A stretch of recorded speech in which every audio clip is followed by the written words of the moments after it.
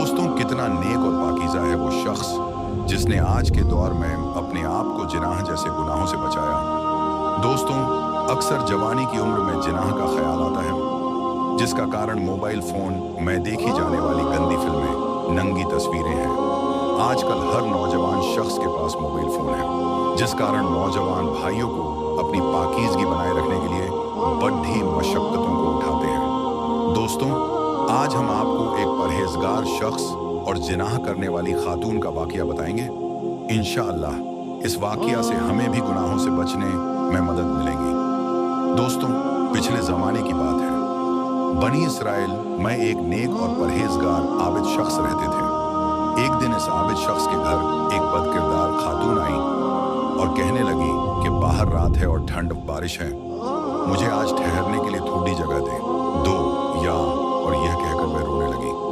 दोस्तों, जब औरत रोती है तो तरस आ ही जाता है। ऐसे ही उस आबिद ने रहम खाकर उसे रात में अपने यहाँ खानका में रुकने की इजाज़त दी। दोस्तों, अब जब रात हुई तो वह खातून उस आबिद शख्स के पास आई और अजीबो गरीब हरकतें कर उस आबिद शख्स को गुनाह पर उभारने लगी। वो आबिद शख्स तन्हा था। वह उस खातून के पास आया और बोला, क्या चाहती हो? तब वह बदकार खातून बोली, यहाँ हमारे सिवाय कोई नहीं है, हम दोनों तन्हा हैं। चलिए हम दोनों अपने जिस्मों की सुकून हासिल करते हैं।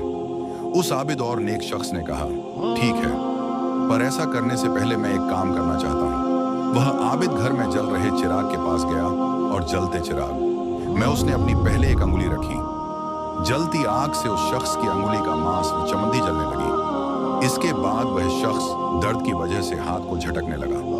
तभी जिनाह करने के लिए तैयार खद्दी बदकार खातून पूछने लगी, ऐ शख्स, ये क्या किया तूने? उस शख्स ने कहा, ऐ खातून, रुक जा थोड़ी देर। इसके बाद आबिद शख्स ने अपनी दूसरी अंगुली को भी ऐसे ही जलाया। उस बदकार खातून ने फिर पूछा, ऐ शख्स, आखिर क्या कर रहा है तू? ये।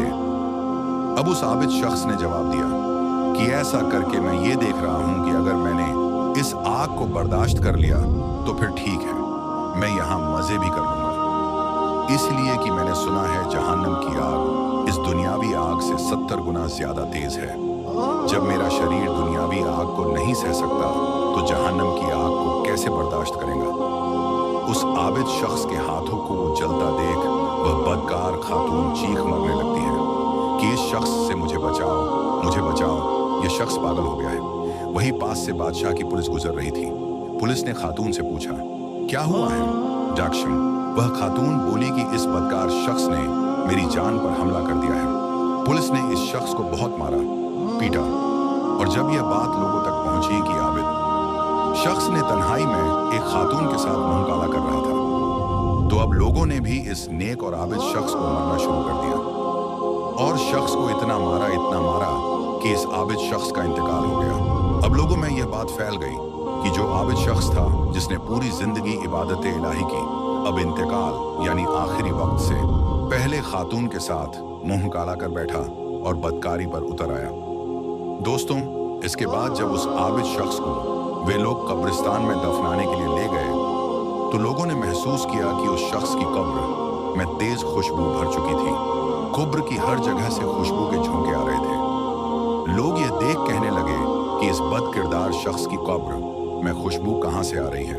उसके बाद इस शख्स को दफन कर दिया गया और अब इसके बाद ये बात मशहूर होने लगी कि फला शख्स ऐसा था और उसकी कब्र से खुशबू आ रही थी। जब ये बात वहां के बादशाह को पता चली तो उसने उस इलाके में जाकर पूछा कि आखिर ये मामला क्या है, किंतु लोग इस खुशबू के बारे में कुछ न बता सके तो उलेमाओं को बुलाया गया और बादशाह ने उलेमाओं से इस मसले के बारे में पूछा।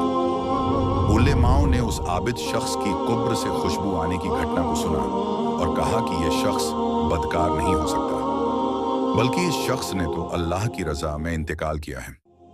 इसके बाद उस खातून को पकड़ डाकर लाया गया और उससे पूछा कि उस रात क्या हुआ था, सच बताओ। तब उस बदकार औरत ने बताया कि इस शख्स ने कोई जिनाह नहीं किया, बल्कि ये तो अल्लाह की बनाई जहन्नम से डर रहा था। उस खातून ने उस रात का पूरा वाकया बताया कि बादशाह ने कहा कि उस शख्स को कब्र से निकाला जाए और उसकी जली हुई अंगुलियों को देखो। जब उस आबिद शख्स को कब्र से निकाला और उस खातून के बताए हुए एतबार से जब देखा गया तो उस शख्स का हाथ जला हुआ वैसे ही मौजूद था जैसे उस खातून ने वाकया बताया था। इसके बाद लोगों ने बहुत तौबा की और कहने लगे कि उस शख्स का तो कोई जुर्म नहीं था, लेकिन बहरहाल वह शहीद था।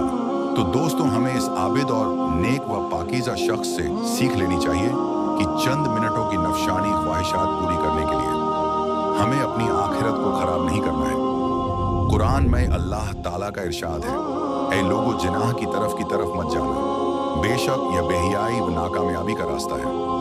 दोस्तों, यदि हम कोई भी गुनाह करने से पहले उस गुनाह के अजाब को फील करें तो हम उस गुनाह से आसानी से बच सकते हैं। दोस्तों, इस ख्वाहिश नफ्स से सिर्फ नमाज और रोजे और सब्र ही से हमारी हिफाजत हो सकती है। अल्लाह ताला मुझे और आपको गुनाहों से बचाए और पाकीज़ा मौत नसीब फरमाए। आमीन।